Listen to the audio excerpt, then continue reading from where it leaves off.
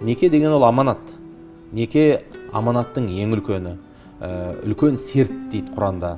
Неке жайында айтқанда ол үлкен, ол серт дейді. Алланың алдында екі адам серттеседі. Біз бір-біріміздің хақымызды өтейміз, бір-бірімізге осындай деп. Ешкім үйленген кезде мен осы аз уақыттан кейін ажырасам деген ниетпен үйлену харам. Адам ажыраспаймын деп үйленеді. Ал енді тағдырында әрқандай жағдай болса оны көреді. Сондықтан бұл да былайша айтқан кезде біз жастарымызды кешегі совет қоғамының жемісі деп айтсақ болады. Себебі кеңес қоғамында біз мемлекеттің жұмысында болдық. Әркім өзінің былайша айтқанда негізгі функциясымен айналыспай, былайша айтқан кезде басқа бір бағыттарға күш қуатымыз көп жұмсалды. Соның себебінен қаншама жастар тәлім тәрбиесіз, ананың қадірін білмей, әйелдің қадірін білмей өсті. Енді соның бүгін нәтижесін көріп жатырмыз. Енді дінге келіп еді, дін деген нәрсе оның көбігін одан бетер көпіртіп жіберді де, ол адам ол дінді ұстап тұруға тұғырсыз болғандықтан сол нәрселерге ұрынып қалып жатады. Сондықтан біз әрине бұл жерде діннен қорықпауымыз керек, немесе Алланың ақиқатынан, нұрынан қорықпауымыз керек. Біз бүгін осындай нәтижелер көрсетіп жатса, ұл қыздарымыз ертең қандай нәтиже көрсетуі мүмкін? Сол нәрседен қорқуымыз керек. Қазіргі кезде Қазақстанда былтыр 2013-2014 жылдары 160 мыңға тарта неке қиылған екен, ресми. 160 мыңға тарта некенің бір жылға жетпей 56-57 мыңы ажырасқан екен. Қазақстан бойынша 3-тен 1. Бұл ұлттық апат дейміз, ұлттық катастрофа деп айтсақ болады. Бұл кәдімгі дабыл көтеретін нәрсе. Былайша айтқан кезде артында аңырап қалған отбасы жоқ ақбөкендер 100 мыңдап қырылса да біз қиналамыз ғой. Қиналамыз пенде болғаннан кейін.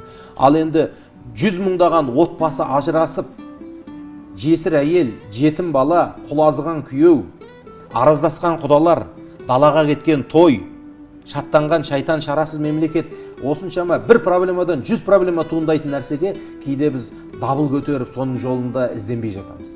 Енді қазақтың дәстүрлі тарихына қарасаң, қазақта кісі күйеуі қайтыс болған әйелді жесір әйел деп айтады екен.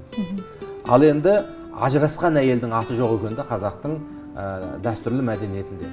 Өйткені қазақтың әйелі ажыраспаған, ажырасса да оны соқа басын сопайтып жүргізіп қоймаған қоғамның ішінде. Тез арада әмеңгерлікпен қайтыс болса, немесе бір жағдаймен ажырасып кеткен болса, басқа еркекке ұзатқан. Өйткені әйел адамды былайша айтқанда етегі ашылып есік көрген әйел адамды жалғыз қалдыру деген сөз, ол дастарханның бетін ашық қалдырғанмен, немесе бір аяулы болған қымбат жүзігіңді есіктің аузына тастап кеткенмен бір дейді. Ол әйел дейді. Әйел дінімізде айтады, әйел бұзылса дейді, бұзады дейді. Әйел бұзылып қана қоймайды дейді, әйел бұзылса бұзады дейді. Сондықтан әйел деген ол еркектің назарын аударатын, әйел деген ол қоғамда жұрттың көзіне түсетін, сондай бір сұлу қылып жаратқан нәзік дүние ғой.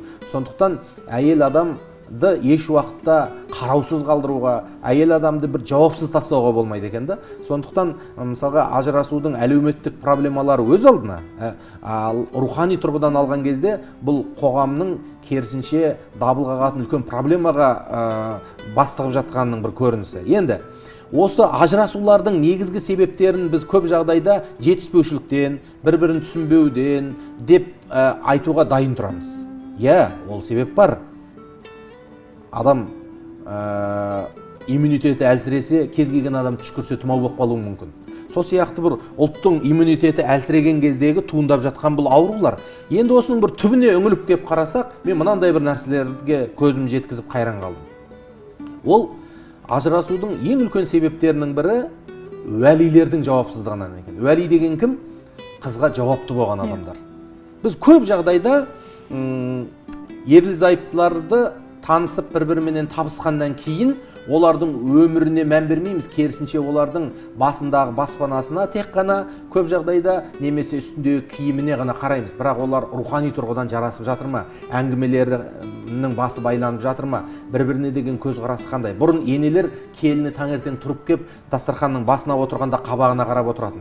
бүгін келінімнің қабағы қандай, мына ұлыммен бір нәрсе болған жоқ па деп, соны жайғастырып, жайбағыстап, жылы сөзін айтып, баласының қимағанын қазір асығып келеді, жаңа үйленді ғой, тез келем деп кетті дегендей махаббатын үйлестіріп отыратын. Мысалға, үлкен себептің бірі, ажырасудың алдын алатын үлкен себептің бірі, ол бізде үй көрсету деген болатын. Ерлі-зайыпты 2 жас бас қосқаннан кейін туысқандар кезек-кезек үйіне шақырады. Ол не? Біріншіден, сен кеше ғана жауапсыз жүрген жас бала едің, бүгін әйеліңді қолтықтап ересек тұлғаға айналдың. Айналайын, біз сендей жасымызда бүйтетін ек. Мінекей, енді сен әкеңнің орын бастың. Мына үйдің түтінін өшірме. Мына жұбайыңменен бүйт деп жауапкершілікті жүктейді. Келесі күні ана үй жүктейді. Арғы күні ана үй жүктейді. Кеше ғана есіктің алдында елдің қолына су құйып жүрген бала бүгін қарқарадай қызды қолтықтап бір үйдің төрінде отыр да. Кісі болды. Тәрбиеледі. Сөйтіп, ол адам менен қыз бала екеуінің ортасында бір жауапкершілік пайда болды. Бір-біріне деген құрметті қолдан пайда қылдық. Сөйтіп, олар үйіне барған кезде ұрысуға да, басқа нәрсе көңіл бөлуге де уақыты болмайды. Сол нәрсемен күндері өтіп, дүниеге бала кеп, бір-бірімен үйлесіп кеткенше, осындай өмірлеріне кірісу керек. Оларға жауапкершілік. Бізде кірісу дегенді былай түсінетін ұғым бар да, өміріне кірісу деген, ана күйеуің ештеңе деп жүрген жоқ па? Бір жеріне қарасын ол. Ана келін немене, бірде өзі қайырдан келгенін білсін. Мынандай үйге келін боп, төбеден түскендей боп, тегі бүйтеді ғой деп, кірісу деген осындай деп ойлайды. Жоқ, ол кірісу емес, ол бүлдіру. Кірісу деген олардың ортасында проблема жоқ па? Жараспай жатқан тұсы жоқ па? Үлкен арықтан келген суды ана атызда қауынға немесе ана жүгерінің түбіне жеткізу үшін кетпенмен жетелейтін бұрын аталарымыз. Судың өзін жетелеп апарып жүйектегі өсімдіктің түбіне апарып құятын. Сол сияқты ол арыққа су түсті деген сөз ол қауынның түбіне келеді деген сөз емес. Сол сияқты 2 жас үйленді деген сөз бақытты болып кетеді деген сөз емес. Оларды жетелеу керек. Олардың өмірдегі әрбір нәрсеге мән беріп, олардың бұрын келіні бала көтерді ме, көтермеді ме деп Құдайдан енелер тілеп жүретін. Сөйтіп бала көтеріп, жаңағы жүрегі айнып, немесе ұйқысы қалыңдай бастаған кезде ене Құдайға шүкірін айтып, соған поддержка беріп, жұмысын азайтып, жалғыз қалдырмай, көңіліне қарап, құлазуға түспесін, депрессияға түспесін деп ене соныменен баса алмай қалатын. Сондықтан мен айтайын дегенім, мына уәлилер дегеніміз бізде үлкен бір проблема бар, Кенжеке, Гүлжауһар. Ол нәрсе осы қазір біз қауымымызға, ел жұртымызға айтуымыз керек нәрсе. Қараңызшы, біз баламыз кәсіп таңдаса араласамыз, оқу таңдаса араласамыз. Тіптен базарға барып киінем десе де мынаны ал, мына киімді алма, Қытайдікін алма, түріктікін ал деп араласамыз. Бірақ білеміз ба, біз бір нәрсеге араласпай бара жатырмыз. Бәрін таңдауын араласқан біз, жар таңдауын араласпай бара жатырмыз. Адамдар көшеден өздері табады, келіседі, сосын кейін барып, ұлым қыз тауыпты, қызым ұл тауыпты деп, сол ар жағында енді танымайтын, білмейтін Құданы көргеннен бастап қана біз өмірлерін араласамыз. Керісінше, қазақтың дәстүрлі мәдениетінде баланың сен киіміне араласпасаң да ол жалаңаш қалмауы мүмкін. Сен оның көлігіне араласпасаң да ол аяқ артатын бір арғымақ табуы мүмкін. Бірақ ең араласатын нәрсе жар таңдауы. Себебі киім таңдау үшін үлкен тәжірибе керек жоқ. Өйткені бала мүмкін бізден жақсы таңдауы мүмкін. Брендті бізден жақсы білуі мүмкін, сапаны. Ал бірақ жар таңдау ол міндетті түрде тәжірибені қажет етеді. Жар таңдау ол өмірлік үлкен мектептен өтуді қажет етеді.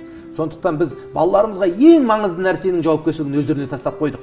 Сондықтан қаншама қыз қазір абортқа ұрынып, үйде отырып бала тауып, немесе барған жерінен қайтып келетін сондай бір тұлдырсыз тағдырлардың егесіне айналып кетіп жатыр. Немесе ұлымыз қаншама қыздың көз жасына қалып, немесе қаншама қызды алдаумен, арбаумен ғана айналысатын бір алаяқ объектіге айналып бара жатыр. Сол себептен біз ең кішкентай қызымыз көзімізге көрінгеннен бастап, айналайын, ана боласың, ана беліңді жап, ана аяғыңды дұрыстап отыр, ана үйге үлкен кісілер келіп жатыр, сен енді ана жаққа бар, я мына жаққа бар дегендей қызымыздың ана екенін көрінген еркектің алдында ұялатындай, қымсынып, өзінің қыз қылығын жоғалтпайтындай, бақырайып, бедірейіп отыратын бір беделсіз бір әйелге айналдырмайтындай жағдайды біз жасауымыз керек. Ал ол балаларға айналайын, сен оттың басының егесі болуың керек.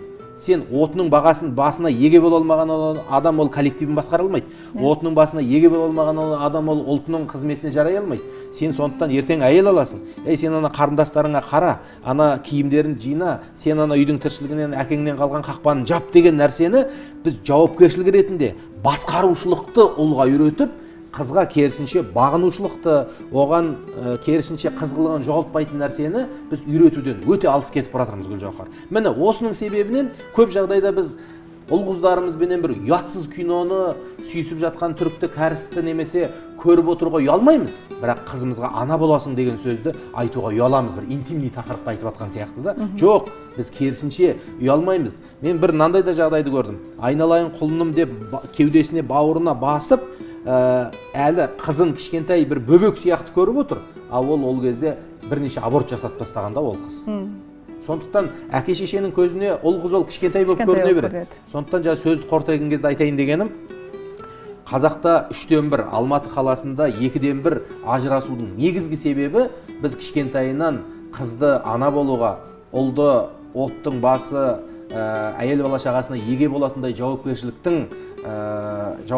қонған жігіт болуға тәрбиелемей жатырмыз. Екінші үлкен себеп, олардың жар болуы үшін негіз қаламай жатырмыз. Мысалға кішкентайынан, мәселен мен өз қыздарыма айтам, оны жасыратын еш нәрсесі жоқ.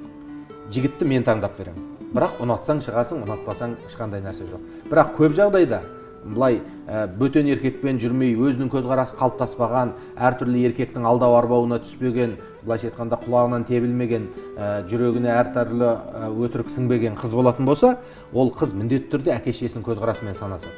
Ал мен надан әке емеспін ғой, қызымды шалға беріп жіберетін, я болмаса сүймегеніне дүние үшін қосып жіберетін, мен қызымның жарқырап жақсы күйеумен тұрғанын қалаймын мысалға да. Сол себептен кішкентайынан мен ол қызыма былай істеуім керек екен да, өзім құда болып араласа алатындай, менталитеті сәйкес келетіндей, және баласының тәрбиесін кішкентай күнінен күнде болмаса да әрдайым назарымызда білетіндей, ол бәленшенің баласы ғой дейтіндей ұлды назарда ұстап жүру керек.